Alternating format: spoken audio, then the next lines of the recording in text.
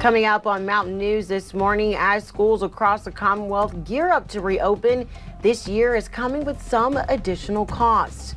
And hear why it is important that parents still take their kids in for annual checkups, even during this pandemic.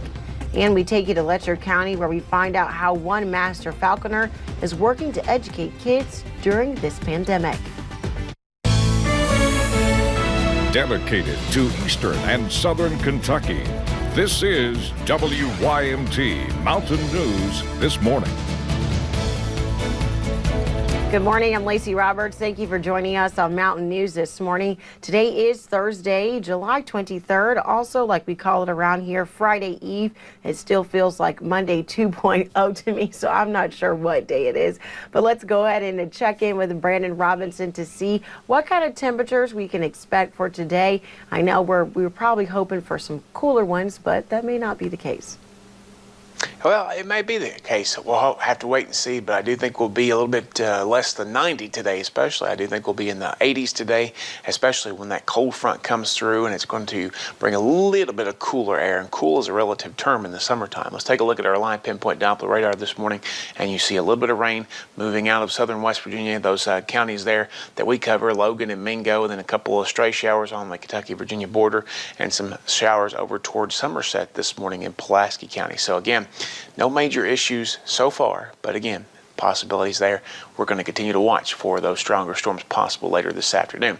US 119, US 23 at Jenkins, pretty quiet this morning as we take you out the door. Temperatures not too bad, a little on the muggy side, 70 to 74 the range there, and 82 is our forecast high today. Now, if you see more sunshine, less clouds, you're going to get a little warmer. That's to be expected, but the cold front, when it comes through, is going to bring those rain chances up a little bit, and we'll see that bring our temperatures down. So we'll see how it plays out today. A little bit off yesterday. We'll see how it goes. The rest of the forecast coming up here in just a little bit. Lacey. Thank you, Brandon. And last night we learned about 518 new cases of COVID-19, which means Kentucky's total is now at 24,540. Now 3 new deaths were also reported, and that death toll is now at 677. The number of people in the hospital and the ICU are also up. 603 people are currently hospitalized. That's up 71 from Tuesday, and that is the most since at least June 1st. 9 more people are in the ICU, bringing that current total to 145. And a federal prison in eastern Kentucky has reported nearly 50 cases of coronavirus. According to the Cumberland Valley District Health Department, 42 inmates and 5 staff tested positive at the Federal Correctional Institution in Manchester. This is the 5th federal prison in Kentucky to have cases of COVID-19. And there may be a nationwide shortage for lumber and bikes, but the state of Kentucky is seeing its own shortage of blood. In the past, Kentucky could lean on surrounding states if blood supplies were running low, but that is no longer an option in these trying times. Kentucky Blood Center officials say that while they are seeing more people donate, the need is still critical. You know, we don't ever want to be in this point where we're having to, plead to the community. But with the rate of usage just for elective surgeries right now, we know that we can't keep up at this pace. The Blood Centers is strongly encouraging donors to schedule an appointment ahead of time, so of course they can adhere to those social distancing guidelines. And as schools across the Commonwealth prepare to go back to school, the school year is coming with some additional costs. Lieutenant Governor Jacqueline Coleman says the need for more funding for public schools existed before the pandemic, but now lives are depending on it. I'm a teacher and was an assistant principal before I ran for office, and we are very accustomed to hearing, here's all of these things that we want you to do, but we don't have any money to give you to do it, and we need you to figure it out. So that's pretty common. This is different because this is literally life and death. Coleman has formally requested additional funding for Kentucky schools in a letter to United States Secretary of Education Betsy DeVoe. And the weeks before school is back in session is usually a time that parents take kids in for wellness checkups and for their physical exams. But one pediatrician says that their numbers of visits and immunizations is way down this year. Shelby Smithson explains why the doctor says that it is still important to make sure that COVID-19 does not interfere with those annual checkups. Many of our normal routines have been interrupted by the COVID-19 pandemic. Vacations have been rescheduled, adults are working from home, and for a lot of kids, the first day of school is still up in the air. But there is one regular appointment health experts say parents need to keep on their schedules: wellness checkups for their kids. Whether it's that newborn getting their newborn checked, whether it's the 2-year-old, or whether it's that 4-year-old getting those immunizations all throughout, or even that middle schooler. Dr. Steltenkamp says data is showing that nationally, regionally, and in her own practice, well child visits and immunization numbers are significantly down this year. The diseases for which we're giving the immunizations are preventable. And just because we are within the state that we're unused to, we're within a pandemic and everyone is dealing with that as best they can, that doesn't mean that polio or measles or tetanus, that any of those have gone away. So no matter if kids are heading back into a classroom, learning from home, or doing some combination of the two, in a time of so many uncertainties, doctors say this is one routine you should count on.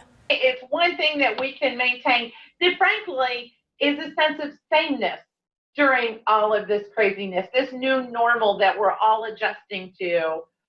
We can still maintain and do this for our children. In Lexington, Shelby Smithson, WKYT. Many doctors' offices are taking certain precautions because of the pandemic. Steltenkamp says that they have designated areas of the clinic for well child visits that is separate from sick patients. She suggests calling your doctor to find out what those new procedures may look like. And the Pikeville Independent School District has announced their plans for this fall semester. Heading back to the classroom with August 26th marking their first day of school, they have two options for how they choose to attend class. They can choose to do traditional schooling or virtual. For in-person learning, the district will operate under 3 phases. The first 12 days of the school year will be in the yellow hybrid phase, meaning students attending in person will be placed into either Group A or Group B, both groups meeting on opposite days. The reason we have 3 options is we're going to base it upon the needs of the current time. And so at the moment, we are elevated. We are elevated. The governor has put some greater restrictions on. Public health has asked for some additional masking. And in our community, we have had an elevated number of cases. Superintendent David Trimble did acknowledge that every day these circumstances are changing and assured that parents be able to alter how their child receives their education. And through the pandemic, many who continue to work are finding ways to get creative. For those in education, it's a little bit more difficult. WYMT's Will Puckett has more on how one out of the classroom teacher is continuing the mission of his rehabilitation and education center.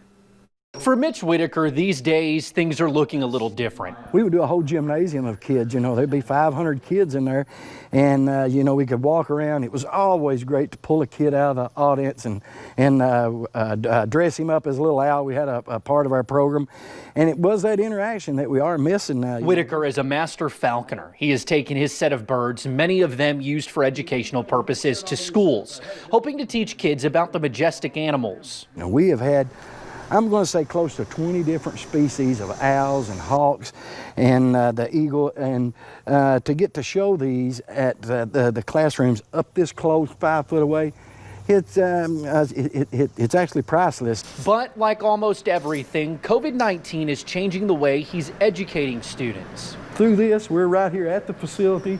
We're able to go in and get the birds and bring them back out.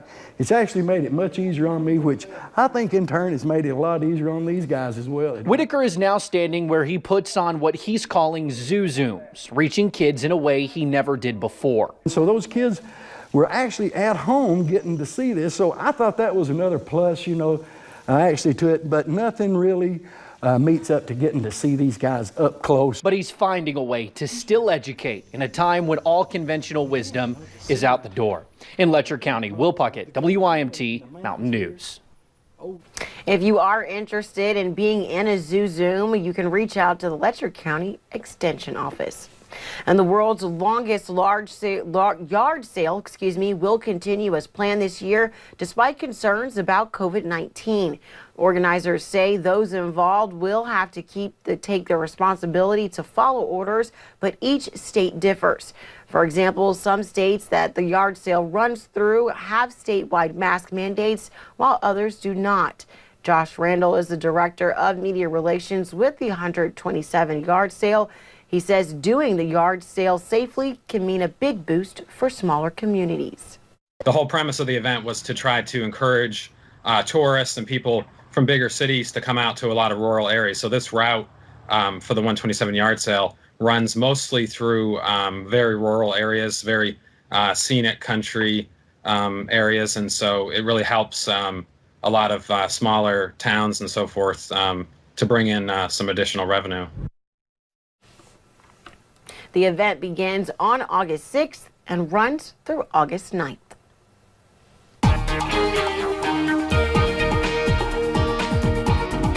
Coming up on 6:12 on this Thursday morning, we've been tracking some light showers and storms overnight. Some rain late last night for some communities, but again, most of yesterday ended up staying dry because that system that was, ahead of that cold front actually had worked itself out early yesterday morning, and we didn't get much more after that. But today, the cold front is approaching. I do think we'll see some more rain, especially in the afternoon hours. Temperatures in the 70s so far this morning. A couple of light showers or maybe even a couple of rumbles of thunder near the border. But today, the front moves through, at least it starts its trek through. It's going to take it a little while. It's going to be a hot weekend, and then those scattered chances for storms resume and continue as we head into the next week. Lacey. Thank you, Brandon, and thank you for joining us on Mountain News this morning. More news is on the way. Just ahead, some experts now warn that if the coronavirus continues to surge in the fall, labs in the United States will not be able to keep up with the demand for testing.